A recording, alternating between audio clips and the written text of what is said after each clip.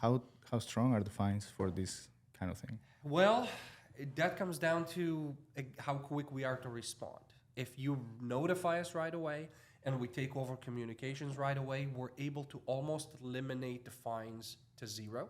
Right. But if it does drag out a little bit because you're unsure of what to do or you took a little bit of time to find a solution, to find us, it starts with hundreds of dollars and it can escalate really fast. I just want to add also that the majority of our clients are not clients that have violations through Airbnb. Majority of our clients, it's clients that have been cited through the SCEP, the Systematic Code Enforcement Program. And usually it's for illegal garage conversions, illegal ADUs attached or detached, illegal additions. And our role is to basically take over, manage everything until there is no violation. So first thing we need to do, we need to get to the district attorney hearing, get an extension if needed, if it's progressed to that point.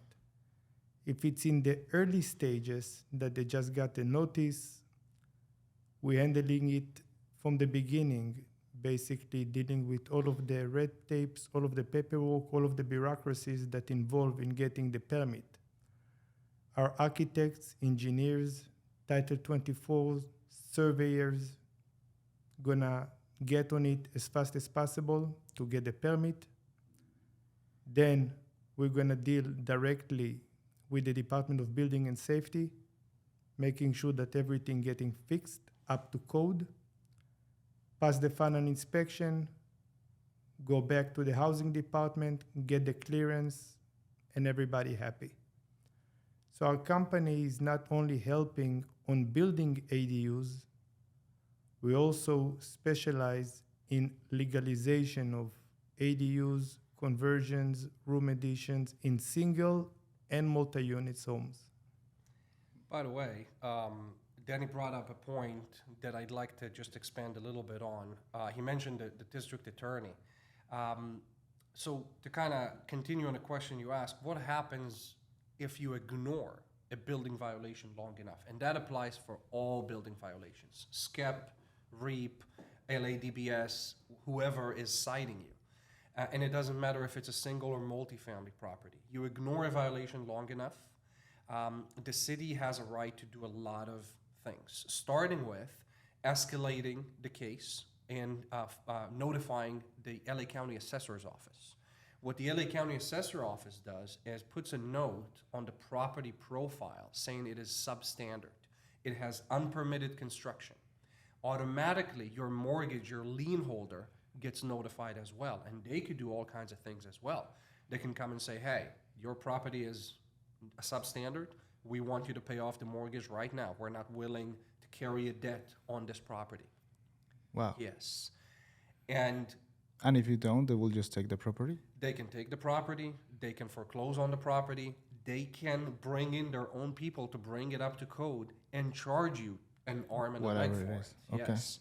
And to make things even more complicated, if this is not enough, the city then rolls over the case to the district attorney's office. The district attorney's office then has the ability, if you keep ignoring, to first of all put financial liens against the property. So you cannot sell, you cannot refinance, you cannot access your equity. And then a step further, it can become criminal. They could file criminal charges against the property owner, again, doesn't matter if it's single or multifamily, and essentially take you to criminal court. Right now that you said that, what about all these people that think that because they know a little bit of construction or maybe they got a license back home or whatever, they go to the city and I think they can avoid certain permits or something like that when they say, I am building it? Not exactly. Or how does that Not work? exactly. They are able to pull the permits under what's called an owner builder's permit. Right. They still have to get everything permitted, but they don't have to have an actual contractor do it if they're comfortable doing the work. Just to clarify, what I just said applies only to single-family homes. The moment it's a multifamily, duplex, fourplex, whatever the case might be, you are required to use a licensed contractor. Owner builder permits are not available for multifamily. And I'm gonna add to that, many of our clients are contractors, developers. They know how to build, but they don't know how to deal with building codes violations. Mm. They don't have the architects, the engineers, the surveyors. They don't have the Title 24 that it's extremely important to get it approved. They just don't have the experience of dealing with the housing department, with the Department of Building and Safety, with the district attorney. There is a lot of, as I said before, a lot of red tape, a lot of paperwork, a lot of bureaucracy involved. And to get the permit, it's way more complicated than actually building it. So majority of them hiring us for that purpose only, and then they're taking it from the point that it's been approved until completion. Right. And with the experience that you guys have, it's, I guess, it's fairly easy to get the permits. We make it faster, we make it cheaper, and we make it very straightforward. All right. You know, they're saying there is no such thing as a genius. Nobody born a genius. A genius is a single being that focuses on a single thing in a constant way. And our people doing it day in, day out. We have architects that's the only thing that they do, building codes violations. Same with our engineers. We have staff in our office that specialize in building codes violations only. Our company have two divisions, a division that we build ADUs and a division that we legalize ADUs, conversions, for those homeowners that have a single home that they converted a garage illegally, or those landlords that have 8, 20, or 50 unit apartment buildings that have few units that been built without a permit. So it's applied to both homeowners with a conversion or multi-unit buildings. So for someone that has a violation already right now and they want to hire you guys or quote, how does it work? Do you send the whole team, like each department, you send them to inspect before you can give a proper quote, or you just send someone that will go look the overall and just take over the project? One person cannot do the job. It's not possible. An architect cannot do the engineer job, and the engineer cannot do the survey. So we have a project manager that's going to be assigned to the project, and he's going to coordinate between the architects, the engineers, the surveyor, Title 24 if needed, another person that's going to be dealing with the permit expediting, and of course the office manager for everything that involved district attorney hearings and so forth. So there are many individuals that specialize in a specific thing, but the most important thing is that the client don't need to call to each of those individuals. They just need to call to the project manager, and the project manager is the one that's coordinating between all of them. We're taking over in a way that the homeowner, the landlord, don't need to deal with anything. We just come at the end, here is the approval, thank you very much, and good luck. And the time frame that we're talking, because it's, what is it, about 6 months when you're building a normal ADU? Or how long does it take for the permits? The time frame, it's depend on the type of violation and the city which they have the violation in. So if a homeowner have a violation of illegal garage conversion, it's going to be fairly quick compared to a landlord that have a 16-unit building and there are 3 units that been built without a permit. We have some clients, you're going to be surprised that they're building brand new ground up construction, homes without a permit. So of course, to legalize a project like that, going to take much longer than to legalize a conversion.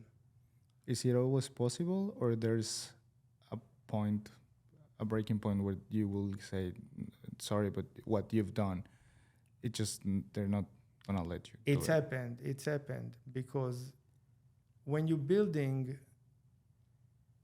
on top of an easement, for example, where there is utility lines that run dead in the center, no matter what we're gonna say, the city gonna say, you need to take it down.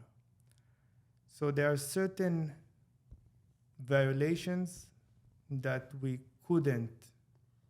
just couldn't legalize. So eventually we pull up a permit for demo.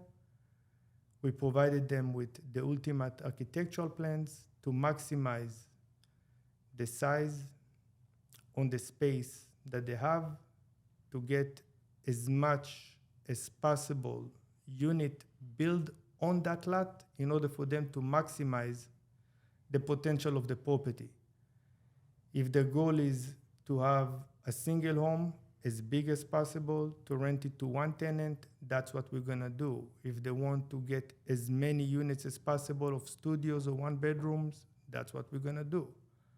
Sometimes they just wanna take it down and create an amazing backyard. That's what we're gonna do. It's all depend on the client.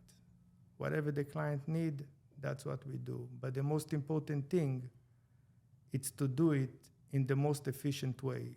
And to be efficient, it's not only to approve it, it's to approve it also in an economical way. It's very easy to approve plan by demo everything and build everything again. We're trying to minimize the cost. So if we need to trench around the foundation to show the inspector, hey, the foundation done right, great. If we can open the drywall to show that the spacing of the joist and the studs are done right, that's what we're gonna do. So our job, it's not only to approve, it's also to minimize casualties, basically to minimize construction cost. And to add to that, to anyone dealing with any kind of violation, our focus is to get you to a resolution the fastest and the cheapest way possible. There are violations that are relatively simple. It could be a missing plumbing permit, a missing electrical permit, a missing permit to change out windows or doors. In those situations, you call us for a consultation. We're not going to offer you any grand, large solutions to a small problem. We're going to explain what needs to be done, point you in the right direction, and give you the information you need to resolve it. We offer free consultations for those. We come in when it's a little bit more complicated. Even when the project manager is already going to do like a little inspection for you guys? Correct. If the project manager goes, so everything starts with a phone call, right? You call in, we're going to ask you a lot of questions to assess the situation. If we feel that we need to come on site to better understand, we're going to schedule a free on-site consultation. And while we arrive, whether the conclusion was made on the phone or in person when we come out, if we feel you can resolve it and you don't truly need to hire us, we won't ask you to hire us. We're going to point you in the right direction, direct you to the right website where you can pull permits or provide you with the phone calls or the information, the terminology of what you need, and invite you to call us back in case it becomes more complicated.